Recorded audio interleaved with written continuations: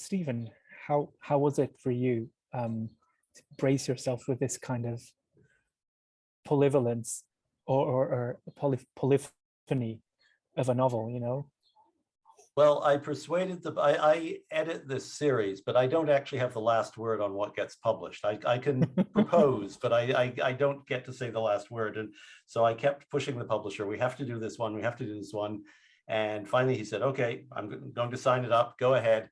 And then when I started, I was actually quite terrified because I realized it was going to be much harder than the first two. But the first two had really trained me in ways that were very useful. And I don't think I could have done Os Transparentes without having done Good Morning Comrades and Grandma 19. I went through a whole process of trying to work out what kind of language needed to be used in those first two books. Particularly in Grandma 19, which I originally did in a completely different idiom than the one in which it's published. I tried to make it sound African, which was a terrible decision. It was just an awful idea, but I had to go through it to realize that it was wrong. And because I kept thinking, what is the equivalent in English of the way these kids are talking? And there is no equivalent. So you have to invent.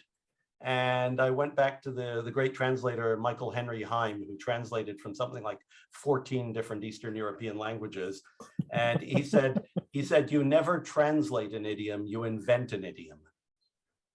And then I realized, and so in the second or third draft of my translation of Grandma 19, Avot de Genov, I got rid of all the attempts to transcribe something that would sound like something in English, and I just started inventing an idiom. And if I hadn't gone through that process, I think I would have been paralyzed by Os Transparentes. Having said that, it's a very different language.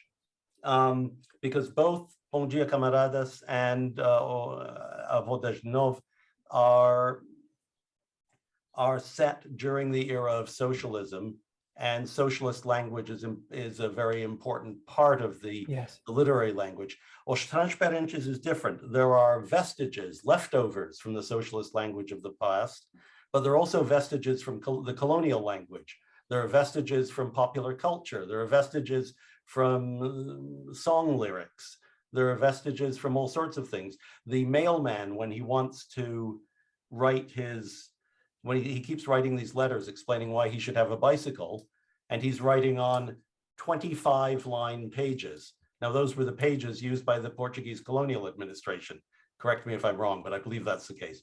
And so there's all sorts of stuff in there. And because of that, originally it comes from Luandino or something, doesn't it? We kept them. We kept that thing of writing on the special requirements you do it in the 25 linhas, you know. Yeah. So once I saw that, I realized that the language is more complicated here, because it's not in Bom Dia Camaradas and Avot de Genov, you're dealing with a language that has been inflected by socialism, by Cuban Spanish, and so on. But in Os Transparentes, it's a much richer mix, and it's the whole history of Angola that is coded into the language. So I had to find ways to reinvent that. And it was a challenge, but it was a fun challenge.